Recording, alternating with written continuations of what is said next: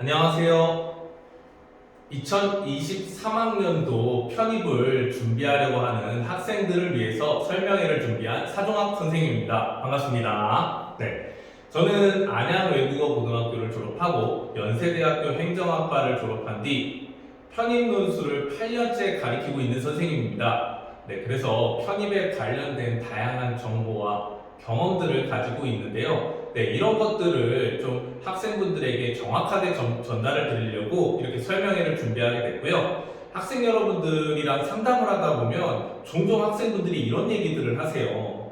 뭐 어디 커뮤니티에서 이런 얘기를 봤었다, 저런 얘기를 봤었다, 뭐 이런 얘기들을 많이 하시는데요. 근데 사실 그런 것들이 대학교에서 공인적으로 얘기해 준 게 아니라면 사실 믿을 얘기가 아니거든요. 네, 그래서 저는 그동안 제가 쌓아온 데이터에 기반해서 여러분들에게 최대한 믿을 수 있는 어떤 정보를 준비하고자 오늘 이렇게 설명회를 준비했으니까 여러분들 집중해서 따라와 주시면 좋을 것 같아요.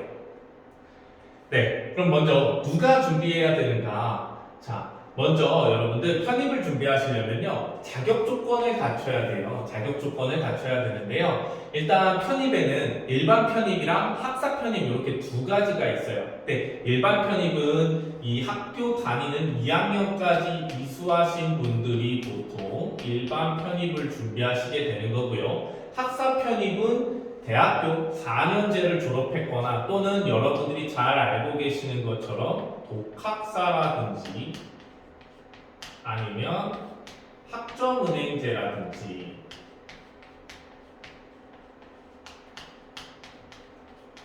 또는 제가 뭐 드문 케이스긴 하지만 전문대를 다니시는 분들 중에서 3년제를 다니시면서 1년을 더 채우셔서 학사학위를 또 받으시는 분들도 봤어요. 그래서 그분들까지 포함을 해서 어찌됐든 간에 대학교에서 4년제 어떤 졸업에 준하는 어떤 학사 과정을 밟았다라고 하는 분들이 학사 편입을 하시게 되는 겁니다. 그래서 이렇게 일반 편입과 학사 편입이 있는데 기본적으로 이런 학점 같은 것들을 잘 확인을 하셔야 돼요. 특히 일반 편입 분들 같은 경우에. 그리고 추가적으로 또 해외에서 나오신 분들은 또 따로 기준이 다 마련이 되어 있으니까 어디에서 확인을 하느냐? 대학교, 연세대학교하고 고려대학교 입학처에 가면은요, 모집 요강이 있어요. 모집 요강을 한번 쭉 읽어보시면서 자기한테 해당이 되는 부분들을 좀 정확하게 꼼꼼하게 찾아서 살펴보시면 더 정확하게 아실 수 있을 것 같아요. 네, 기본적으로는 누가 준비해야 되느냐? 일단 기본적으로 이런 학점적인 부분이나 아니면 학사 편입에서 요구하는 어떤 학위를 보유하고 있느냐, 이 부분도 먼저 확인을 하셔야 될 것 같습니다.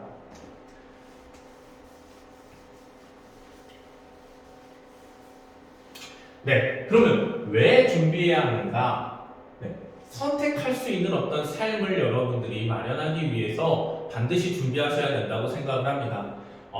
제가 뭐 조심스럽지만 여전히 한국 사회는 학벌이 중요하다고 생각을 해요. 뭐 물론 뭐 요즘 유튜브도 되잖아요. 연예인들도 되잖아요. 네, 근데 여러분들 로또 당첨자는 매주 기사에서 나오고 있는데 그리고 제 주변에 당첨되는 애 있는데 난 아니죠. 인생 살면서 항상 난 아니야. 어딘가에 항상 있는데 난 아니라는 거예요. 근데 여러분들도 아마 그럴 거예요. 여러분들도 아마도 학벌이 이제는 중요하지 않다고 하던데 난 아닐 거예요. 항상 내가 가는 곳에서는 학벌이 중요할 가능성이 더 높아요. 아직은요. 우리 세대까지는 아직은 그런 것 같아요. 그래서 어떻게 보면 학벌이 내가 하고 싶은 일을 선택하는 데 있어서 가로막지 않게 하기 위해서라도 여러분들이 편입을 결심한 데엔 분명히 그러한 배경도 있을 테니 반드시 편입을 준비를 하셔야 된다고 생각을 해요. 그리고 두 번째, 자존감이죠. 일종의 우리가 보통 명품을 왜 걸칩니까? 우리가 명품이 걸치는 이유가 뭐 우리가 자존감이 낮아서 그 자존감을 명품으로 채우려고 하는 건 아니지만 그렇지만 어쨌든 이것도 부인할 수는 없죠. 우리가 일종 말하는 하차감이라든지 아니면 우리가 입고 있을 때 약간 자신감이 솟아나게 만드는 그런 어떤 아이템 같은 거죠. 전 학벌도 그런 거라고 생각을 해요. 내 내면이 부족해서가 아니라 내 외면적인 자신감을 좀 더 북돋아 주는데 분명히 우리가 준비하려고 하는 이 연고대라는 어떤 타이틀이 분명히 도움이 될 수 있을 거라고 생각을 합니다. 네, 그래서 여러분들이 준비를 해야 된다고 생각을 해요. 또 그리고 마지막으로는 사실 이게 더 본질적인 걸 수도 있어요. 높은 수준의 경쟁이 더 나은 나를 만든다고 생각을 합니다. 여러분들, 내 주변에 있는 사람들이 누구냐에 따라서 내가 가는 길도 바뀌고 내가 생각하는 것도 바뀌고 내가 하는 것도 바뀌게 됩니다. 내 주변에 있는 친구들이 밤에 술을 먹으러 가는 게 아니라 도서관을 가요. 그리고 4학년이 되면은 어디를 가야 될지 고르는 기업들의 어떤 퀄리티가 내가 생각하는 것보다 더 높아요. 그러면 나도 모르게 그걸 따라가야 된다는 생각으로 열심히 뭐 하는 거예요? 경쟁하게 되는 겁니다. 경쟁만 하겠어요? 당연히 뭐도 받겠어요? 당연히 그 안에 있는 인프라에 의해서 도움도 받고 뭐도 하게 되겠어요? 협력도 하게 되겠죠. 그런 것들이 더 나은 나를 만들 수 있는 어떤 가능성을 높인다라는 겁니다. 그래서 여러분들 중에서는 저랑 상담을 하면 이런 얘기들을 많이들 하세요. 선생님, 한 1년만 더 지나면 너무 늦었어요. 선생님, 저 벌써 23살이에요. 선생님, 저 벌써 24살이에요. 깜짝 놀라요. 그런 얘기 들을 때마다. 여러분, 1년 더 일찍 어디 직장 들어가서 월급 300만 원에서 400만 원 받는다고 여러분들이 일론 머스크가 되는 게 아닙니다. 여러분들이 일론 머스크가 될 건데 1년 늦게 들어가면 일론 머스크가 못 되는 게 아니에요. 여러분들, 1년 늦어진다, 2년 늦어진다고 여러분들의 큰 맥락에서의 인생이 뭐 엄청나게 바뀌지 않습니다. 오히려 그 1, 2년을 투자해서 여러분들이 연고대를 들어가게 되면 원래 이렇게 흘러갔어야 되는 인생이 이렇게 흘러가게 될 수 있는 가능성으로 바뀔 수 있기 때문에, 그렇기 때문에 여러분들은 반드시 생각이 있으시다면 준비를 하셔야 되는 겁니다. 무슨 말인지 아시겠죠?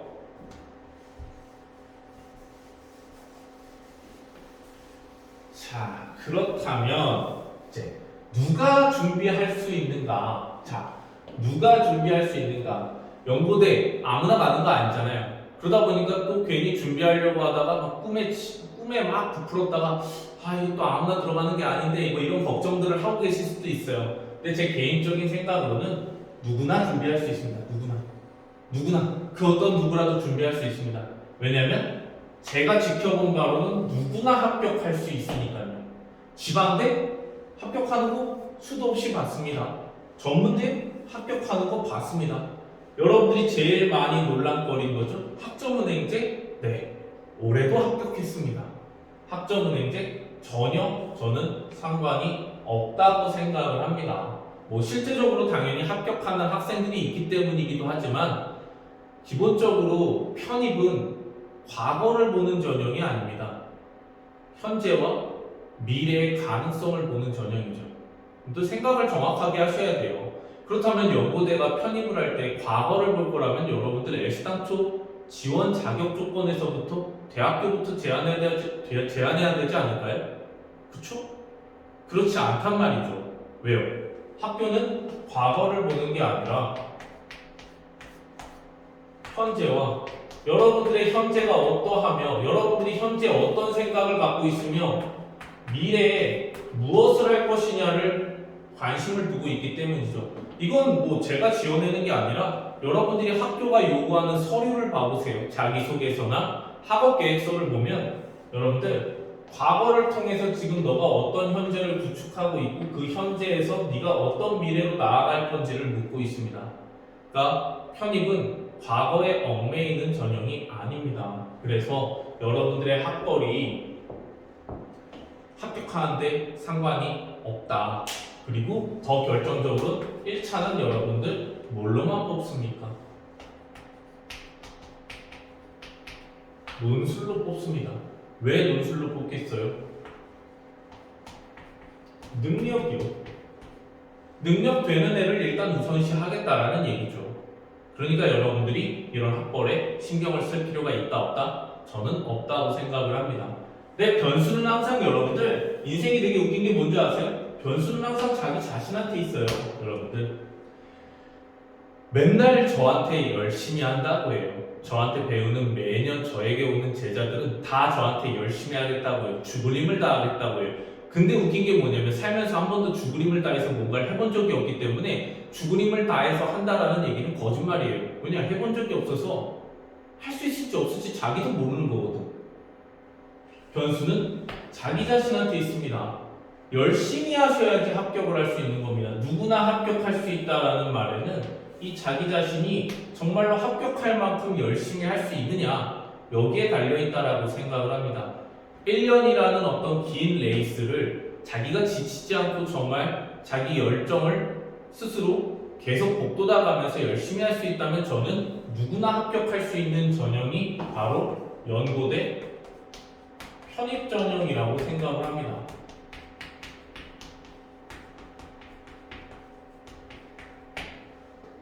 뭐 물론 뒤에서 얘기하겠지만 당연히 그냥 막연히 열심히 하는 게 아니라 전략적으로 열심히 하셔야겠죠.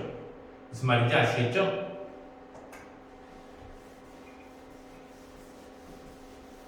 자, 그러면 다음으로 어떻게 준비해야 할까요?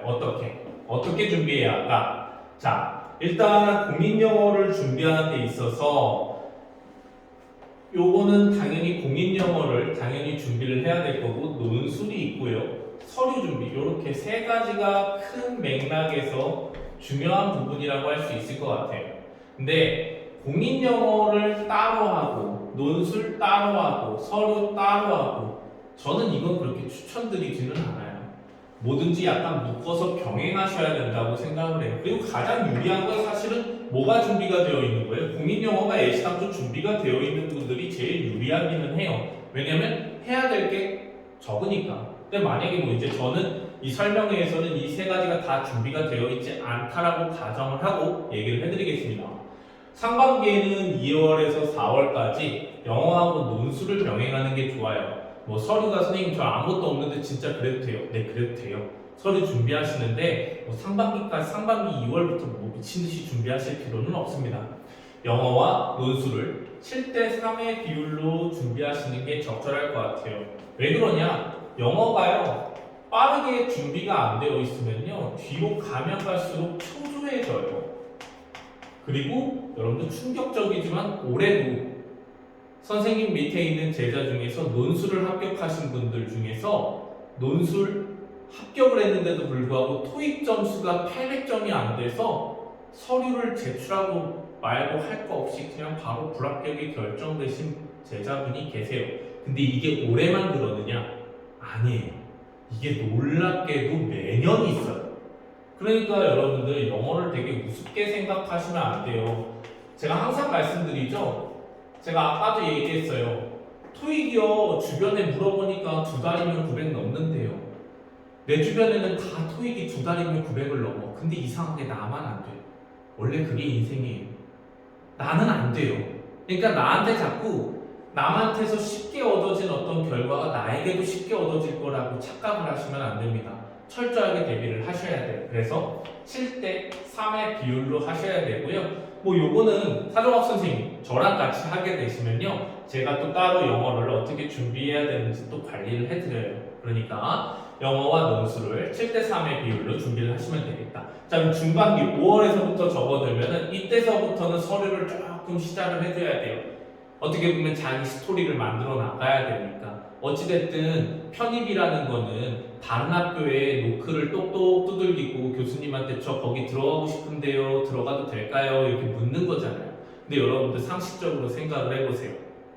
교수님한테 저 똑똑 두들기고 나서 교수님이 왜 여기 오려고 했는데 그냥 좋아 보여서 한번 들어가 보려고요. 이러면 교수님이 무슨 생각하시겠어요?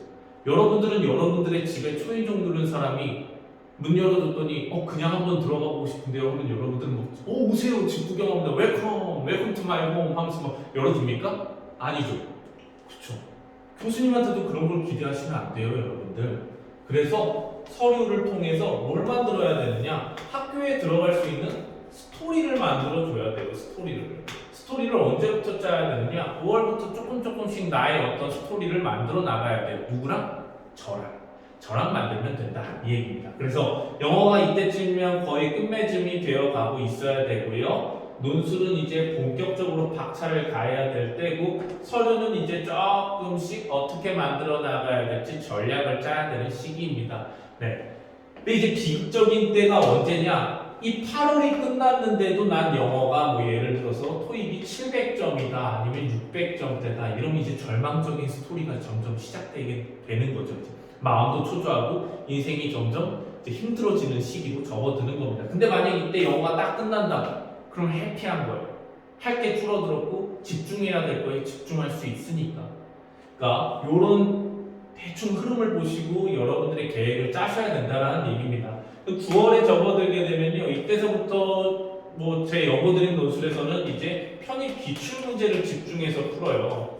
편입 기출 문제를 집중해서 풀면서 편입의 어떤 유형별로 어떻게 접근해야 되는지를 본격적으로 배우기 때문에 이때서부터는 다른 거를 할 수 있는 시간적 여유가 그렇게 많지 않아요, 여러분들. 그래서 제가 말씀드린 대로 이 세 가지의 3요소를 이렇게 기간별로 나눠서 제가 제시를 해드렸으니까 대략적으로 모든 사람들이 이거에 맞춰서 할 필요는 없죠. 근데 대략적으로 이렇게 흘러가야지 바람직하겠구나 라고만 참고를 해주시면 될 것 같아요. 무슨 얘기인지 아시겠죠?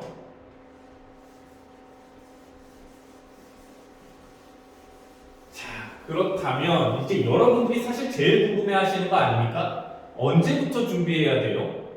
근데 여러분들은 약간 이렇잖아요.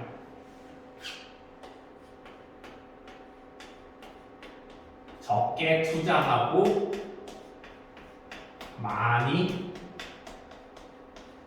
얻고 싶잖아요.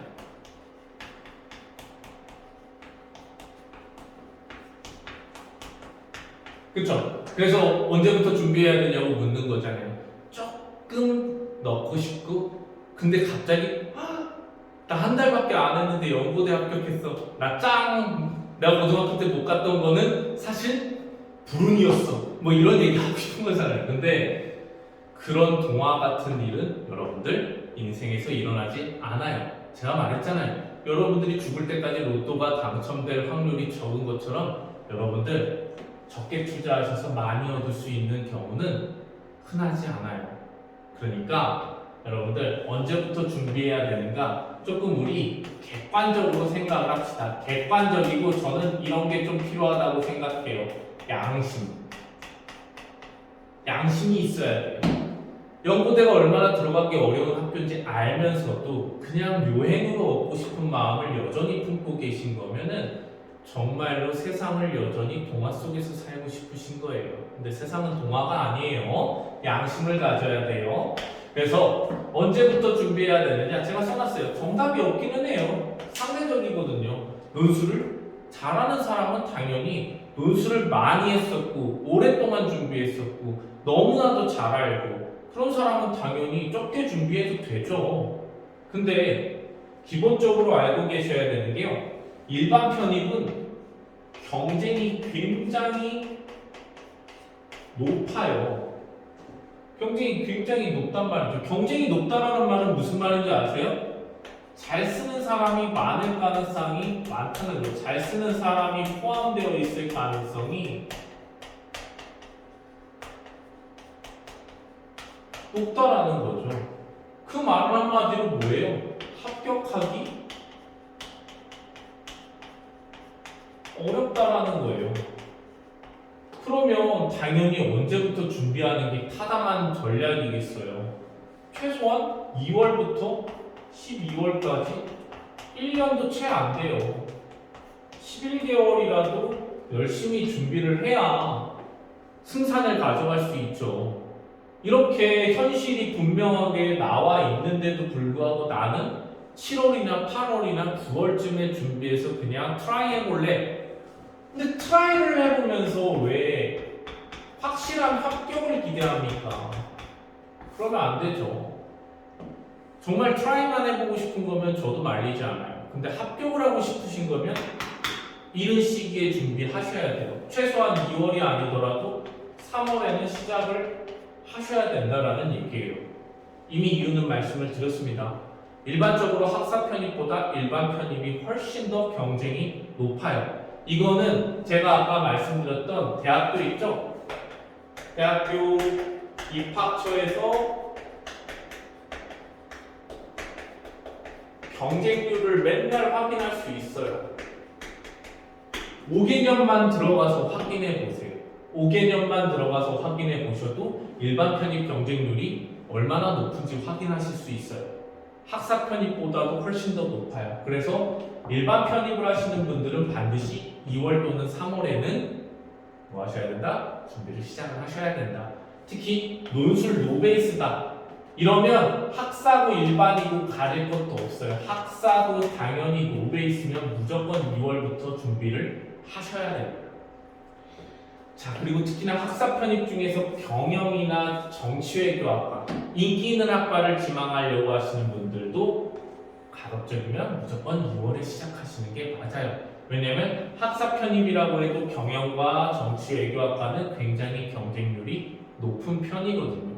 그래서 2월부터 준비하시는 게 맞다. 그 외에는 저한테 상담을 받으시고 뭐 간단한 레벨 테스트를 받으신 다음에 언제부터 시작해야 될지 결정하시면 돼요. 뭐 예를 들어서 진짜로 논술을 선생님 저는 2년째 이미 공부를 했고요. 전 고등학교 때도 뭐 3학년 때 뭐 입시 논술을 해서 전 논술은 진짜 지긋지긋할 정도로 빠삭해요.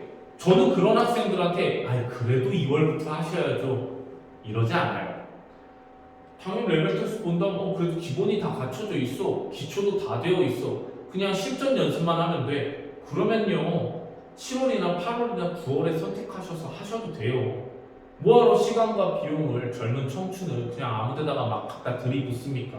우리는 어떻게 살아야 된다? 지금 효율적으로 살아야 됩니다. 시험을 준비하더라도 효율적으로 해야 돼요. 그래서 이런 레벨 테스트를 한 다음에 상담하에 나에게 가장 적절한 시기를 결정해서 준비를 하시면 되겠습니다. 그렇지만 노베이스나 일반 편입이나 아니면 학사 편입들은 당연히 언제부터 준비하는 게 좋다? 2월부터 준비를 하시는 게 좋다.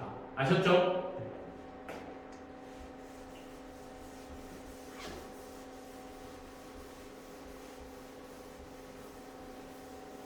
자, 무엇을 준비해야 하는가? 네, 뭐 이거 뭐 준비해야 돼요? 막 대학교 1학년인 분들도 가끔 저한테 상담을 하려고 전화하셔서 막 물어보세요. 뭐 무엇을 준비해야 되냐? 뭘 해놓는 게 좋냐? 뭐 이렇게 물어보시는데 뭐 신문 사설 읽기, 시사상식 뭐 이런 거는 저는 그렇게 크게 필요하지는 않다고 생각을 해요.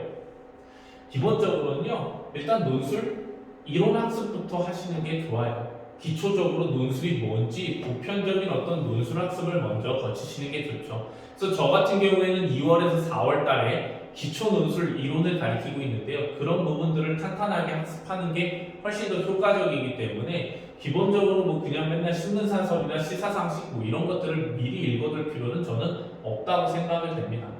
오히려 논술에 출제되는 필수 주제들이 오히려 존재해요. 교수님들이 자주 출제하시는 어떤 주제들이 존재한단 말이죠. 그래서 제가 이런 것들을 매주 금요일마다 저녁에 이런 특강을 통해서 제가 이런 주제들을 설명을 해드릴 거기 때문에 굳이 이런 것들을 하실 게 아니라 이런 특강을 통해서 제가 가르쳐드리는 어떤 필수 주제들만 정리를 해서 이해하고 계시고 암기를 하실 수 있으면 암기를 해주시면 좋을 것 같아요. 그거 외에 괜히 제가 아까 말했죠?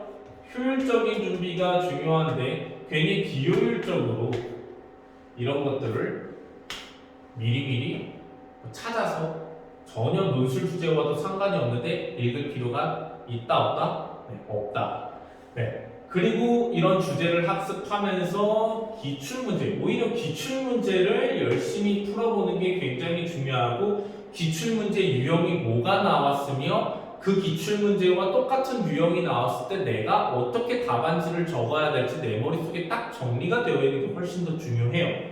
그리고 그 기출문제를 푼 다음에 선생님한테 들었던 피드백을 바탕으로 제가 여기다 밑줄까지 쳐놨죠. 제작성. 반드시 선생님이 피드백해 준 걸 바탕으로 어떻게 써야 될지를 제작성을 해보시는 게 굉장히 중요해요. 그래서 이렇게 여러분들이 준비를 하시면 돼요. 특별히 괜히 어떤 책을 읽어야 돼요, 어떤 책을 읽을까요, 아니면 뭘 할까요, 뭐 이런 거 잡다하게 뭔가 계획을 세우지 마시고요. 차곡차곡 이론부터 학습하신 다음에 필요한 주제들 공부하시고 기출문제 푸시면서 제작성까지 루틴화 하셔서 준비를 하시는 게 가장 어떤 방법이다? 효율적인 방법이다. 아셨죠? 네, 이렇게 준비를 하시면 되겠습니다. 자, 그러면 이제 여러분들은 이 시기에 논술 학원을 이제 결정하시려고 다양한 논술 학원을 아마 검색해 보고 계실 텐데요.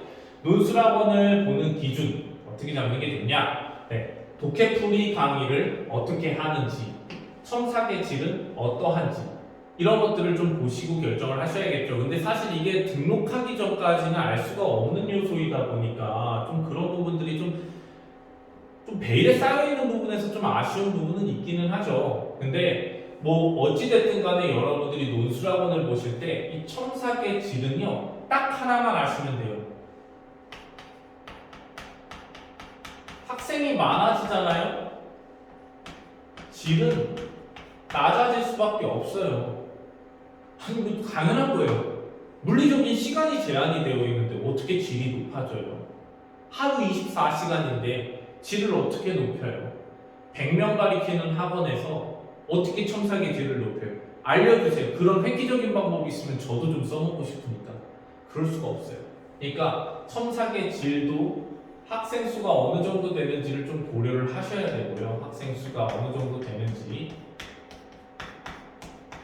고려를 당연히 해주셔야 되고요. 독해풀이 같은 경우에는요. 독해풀이 같은 경우에는 뭐 OT 영상이라든지 아니면 맛보기 강의 같은 것들을 통해서 반드시 한번 이 독해풀이를 어느 정도로 해주시는지, 어떻게 해주시는지, 어떤 방식으로 해주시는지 이런 것들을 좀 확인을 해보시는 게 좋을 것 같아요. 아니면 이런 것도 있죠. 아무래도 합격 후기 같은 것들을 잘 읽어보면요. 학생들이 독해나 수업이 어떻게 진행되는지도 잘 알려주고 있으니까 그런 것들을 통해서 또 참고를 해보셔도 좋을 것 같아요. 그래서 어떻게 읽고 정리해서 작성해야 되는지를 차근차근 알려주는 학원, 무엇이 잘못됐고 어떻게 고쳐야 되는지를 알려주는 학원을 선택하셔야지, 특히나 그냥 단순히 문장이 이런 게 잘못됐어, 그냥 문장 잘못 지적이라든지 맞춤법 지적이라든지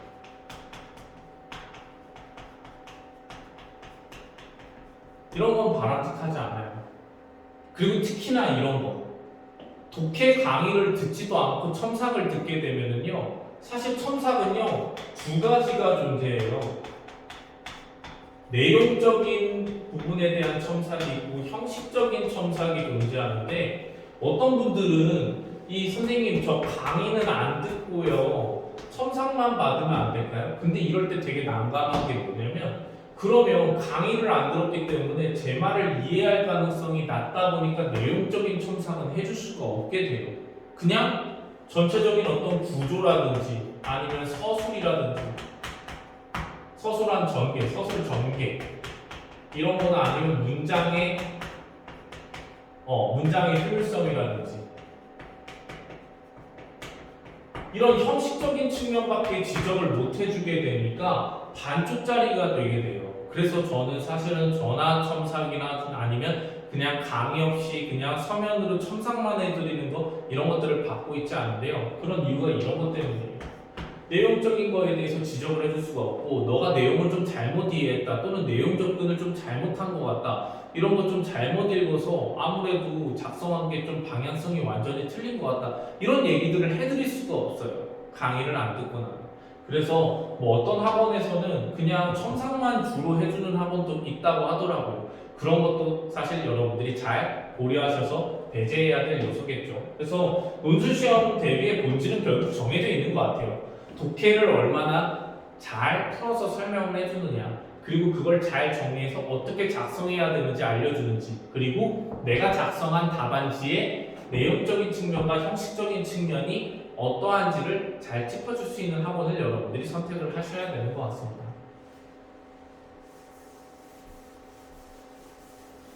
네, 그래서 여러분들이 아무래도 소수 정예 학원과 대형 학원을 좀 비교를 하시면서 고민을 하고 계실 텐데, 간단하게 장점과 단점을 정리해놨어요. 근데 뭐 소수정예라고 해서 장점만 있는 게 아니고 또 대형학원이라고 해서 단점만 있는 게 아니라 장점도 있습니다.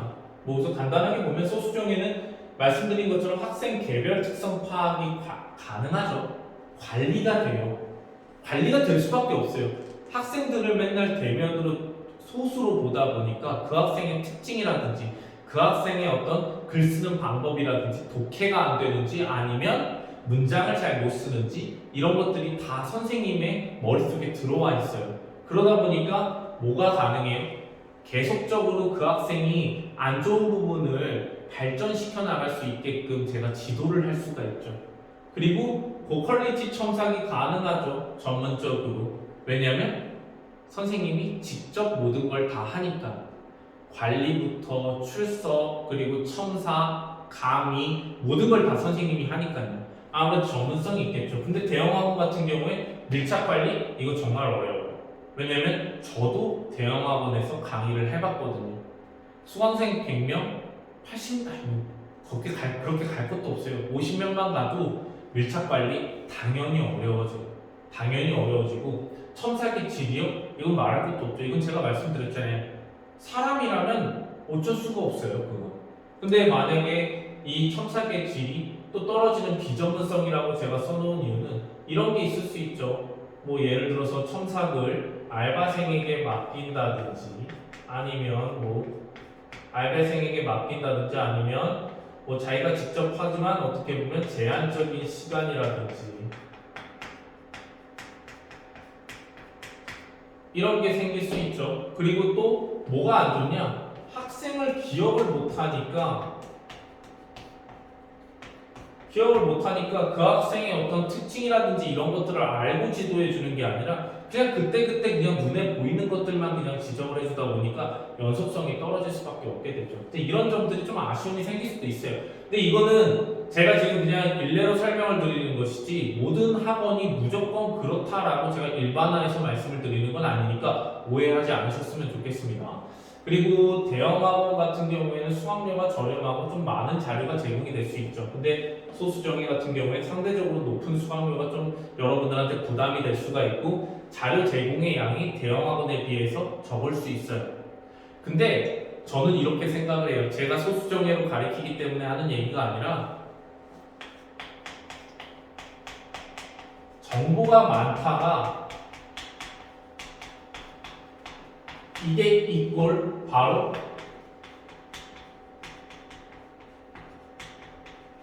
합격률을 높이는 필요 조건으로 바로 이꼴이 되지는 않는다고 생각을 해요. 정보가 많다고 해도 결국엔 그 정보를 수용하고 학습하는 건 학생입니다. 너무 많은 정보는요, 오히려 학생을 포기하게 만들고 그냥 그 많은 정보는 그냥 쓰레기에 불과해질 수도 있어요. 그렇기 때문에 오히려 필요한 어떤 자료 제공만 딱딱 받아서 그것만 충실하게 소화를 해서 학습을 하는 게 훨씬 더 도움이 될 수 있다는 게 저의 입장입니다. 근데 이거는 어디까지나 저의 입장이고요. 뭐 혼자서 저는 원래 혼자서도 잘해요. 혼자서도 저는 공부를 굉장히 잘하는 사람이에요. 그래서 저는 자료를 많이 제공하면 전 신나서 혼자서 정말 열심히 공부할 수 있는 애예요. 그럼 저는 진짜 주저없이 대형학원을 선택하라고 말씀을 드리고 싶습니다. 네, 그렇지 않다면 오히려 소수 정예에서 선생님이 제공해 주는 거나 선생님이 하라고 하는 것들만 딱딱 효율적으로 공부를 하시는 게 훨씬 더 도움이 될 거라는 게 제 생각입니다. 그래서 잘 비교를 하고 결정을 하셔야겠죠. 근데 이렇게 크게 이런 장단점이 있다라는 걸 알려드린 겁니다. 특히나 저 같은 경우는 대형학원에서도 있었기 때문에 둘의 어떤 장단점을 제 나름대로 경험한 걸 바탕으로 나눠봤어요. 그러니까 여러분들이 참고하시는 데만 활용하시면 될 것 같습니다. 자, 이제까지 설명 잘 들으셨죠? 자, 이제 연구드림 논술에 대해서만 간단하게 말씀을 드리고 이제 마칠 건데요. 저희 연구드림 논술, 사종학 선생님이 진행하는 연구드림 논술은 소수정예 논술입니다. 매년 합격률이 약 70%고요. 현장 강의와 비대면 줌 강의를 모두 선택해서 진행하실 수 있어요. 뭐 간혹 가다가 사정이 있는 분들한테는 제가 녹화 강의도 제공해 드리기도 해요. 그래서 소수정의 논술로 진행이 되고 아까 말씀드렸다시피 강의, 첨삭 모두 선생님이 직접 담당을 하고 있습니다. 그리고 네이버 카페에서 제가 완벽하게 학생들을 일일이 다 관리를 하고 있는 시스템으로 진행이 되고 있어요. 그래서 연구드림 같은 경우에는 철저하게 소수 정예로 관리 기반의 교습소다라고 생각을 하시면 되겠습니다. 그리고 연구드림 논술 커리큘럼은요, 월별에서는 아까 나눠드린 것처럼 2월에서 4월, 5월에서 7월, 8월 이렇게 되는데 2월에서 4월에서는 논술 기초 이론과 유형에 대해서 학습을 하고요. 5월에서 7월까지는 유형별로 연고대에서 출제하는 유형별 기출문제를 좀 분설해서 집중적으로 좀 접근을 하고요. 8월부터는 실전 편입 기출 문제를 바탕으로 실전으로 시간도 다 재고 여러분들이 실전 감각도 익힐 수 있도록 제가 도움을 드리고 있어요. 그리고 이제 논술 커리큘럼은 정규 수업 커리큘럼을 간단하게 설명을 드리면 저희 학원 만약에 수업 시간이 오후 2시다 그러면요 기출문제를 작성하는 시간은 만약에 예를 들어서 우리가 연세대학교 2시간짜리 시험을 푼다고 하면 12시서부터 오후 2시까지 이제 실전으로 기출문제 작성하는 시간을 갖습니다. 그 다음에 이제 2시에 땡 하고 선생님이 그만 푸세요 하는 시간과 하는 소리와 동시에 이제 기출문제 풀이가 시작이 돼요. 그래서 약 1시간 30분 동안 여러분들이 푸셨던 문제에 대한 풀이를 제가 진행을 합니다. 그 다음 약 5분간의 쉬는 시간을 갖고요. 그 다음 오픈 첨삭을 시작을 해요. 오픈 첨삭이 뭐냐? 오픈 첨삭이 뭐냐면 오픈 첨삭은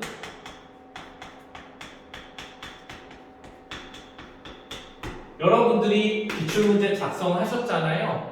기출문제 작성한 것들을 학생들이 작성한 것들을 제가 TV에다가 띄워놓고 한 명 한 명 모든 학생들이 지켜보는 와중에 첨삭을 해드리는 거예요.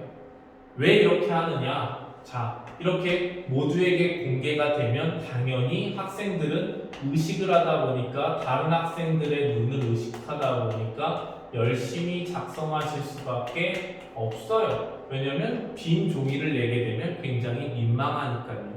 그리고 두 번째로는요, 잘 쓰는 학생 거를 볼 수 있어요. 잘 쓰는 학생 걸 볼 수 있습니다. 뭐 이게 왜 장점이냐면 똑같이 2시간 동안 시간을 재고 똑같은 시간에 풀어냈는데 나보다 더 잘 쓴 학생이 있다면 어떻게 더 잘 썼으며 걔는 어떤 식으로 접근하는지 실시간으로 볼 수가 있잖아요. 그러니까 이런 게 분명히 도움이 되죠. 그리고 세 번째로는요, 못 쓰는 학생들 것도 보고 배울 게 있어요. 나보다 못 쓰는 학생이라고 보고 배울 게 없는 게 아니에요. 이런 똑같은 실수는 하지 말아야지 라는 거를 배울 수가 있게 되죠. 그래서 우리 연구드림에서 목표화하는 거는 대부분 과가 중복이 안 되게끔 제가 배치를 하기 때문에 전반적으로 이 안에서 이런 오픈 첨삭을 통해서 모두가 실력이 상향화될 수 있는 거를 이제 저는 지향을 하고 있어요. 왜냐면 잘 쓰는 학생들 걸 보고 조금 속도가 느린 분들은 따라가실 수 있게끔 이런 걸 통해서 따라갈 수 있다라고 생각을 하거든요. 그래서 이런 부분들을 오픈 첨삭으로 진행을 하고요. 그 다음에 저한테 들은 피드백을 바탕으로 재작성하고 저한테 재검사를 받는 것이 정규 수업 커리큘럼이라고 말씀을 드리고 싶습니다. 네, 그래서 우리 연구드림에서는 이렇게 커리큘럼을 가지고 있습니다. 그래서 여러분들이 만약에 소수정예를 선택하셔서 편입을 준비하시게 되고 또 연구드림을 선택해 주신다면 이렇게 진행이 된다라고 설명드리는 겁니다. 네, 그래서 지금까지 여러분들한테 설명을 이제 쭉 드렸는데 우리 연구드림 논술에서 오셔갖고 여러분들이 편입 준비 잘 하셔서 최종 합격까지 성공하실 수 있었으면 좋겠습니다. 올해 2023년도 여러분들이 충실하게 보낼 수 있도록 제가 준비 많이 해놨으니까요. 편입 준비하시는 분들은 저한테 오셔서 꼭 좋은 결과 얻어가셨으면 좋겠습니다. 네, 지금까지 긴 설명 들어주셔서 감사드리고요. 네, 마지막으로 여러분들 이게 제가 되게 좋아하는 말입니다. 생각대로 살지 않으면 사는 대로 생각하게 된다. 여러분들 여러분들의 생각대로 멋지게 사셨으면 좋겠습니다. 여러분들이 주저하시고 그냥 망설이시다가 살고 계신 대로 결국 흘러가는 인생이 아니라 여러분들이 주도하는 인생을 사셨으면 좋겠습니다. 네, 지금까지 연구드림 사정학 선생님이었습니다. 감사합니다.